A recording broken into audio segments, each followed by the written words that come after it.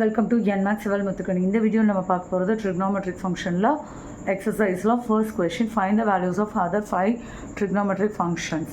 So அவ்வளோதான், நம்மளுக்கு functions தான் கண்டுபிடிக்க சொல்லியிருக்காங்க. டீட்டா வந்து தேர்ட் குவாட்ரண்ட்டில் இருக்குதுன்னு சொல்லியிருக்காங்க.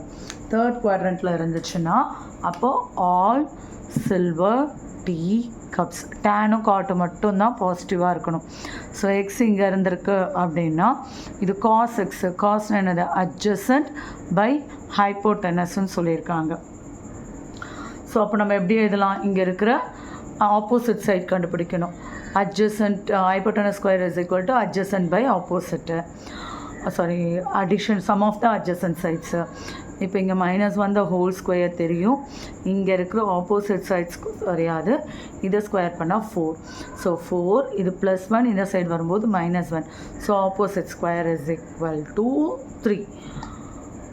Opposite is equal to ±√3. So நமக்கு வந்து இங்கே y வந்து எப்படி இருக்கும், நெகட்டிவில் தான் இருக்கும். ஸோ அப்போ அதனால் எப்படி எடுத்துக்கலாம், -3ன்னு எடுத்துக்கலாம். ஒய்யோட கோஆர்டினேட் இந்த சைடு மைனஸ் தான். ஸோ காஸ் எக்ஸ் இது இருக்குது -1/2. காஸோட reciprocal secant is equal to -2/1. அதை வெறும் -2ன்னு போட்டால் போதும். சைன் எழுதலாம். சைன் எழுதலாம், என்ன எழுதுவோம், ஆப்போசிட் பை ஹைப்போட்டனஸ். ஸோ -3/2. அதோட ரெசிப்ரோக்கலான கொசிகண்ட் எக்ஸ் என்ன வரும், -2/√3. அடுத்து டேன் என்னென்னு எழுதலாம், சைன் பை காஸ்னு எழுதலாம், இல்லைன்னா ஆப்போசிட் பை அட்ஜசன்ட்டுன்னு எழுதலாம். ஸோ -3 டிவைடட் பை -1 வெறும் -3. காட் எக்ஸ் என்ன எழுதலாம், அப்படியே இதோட ரெசிப்ரோக்கல் எழுதலாம் 1/√3.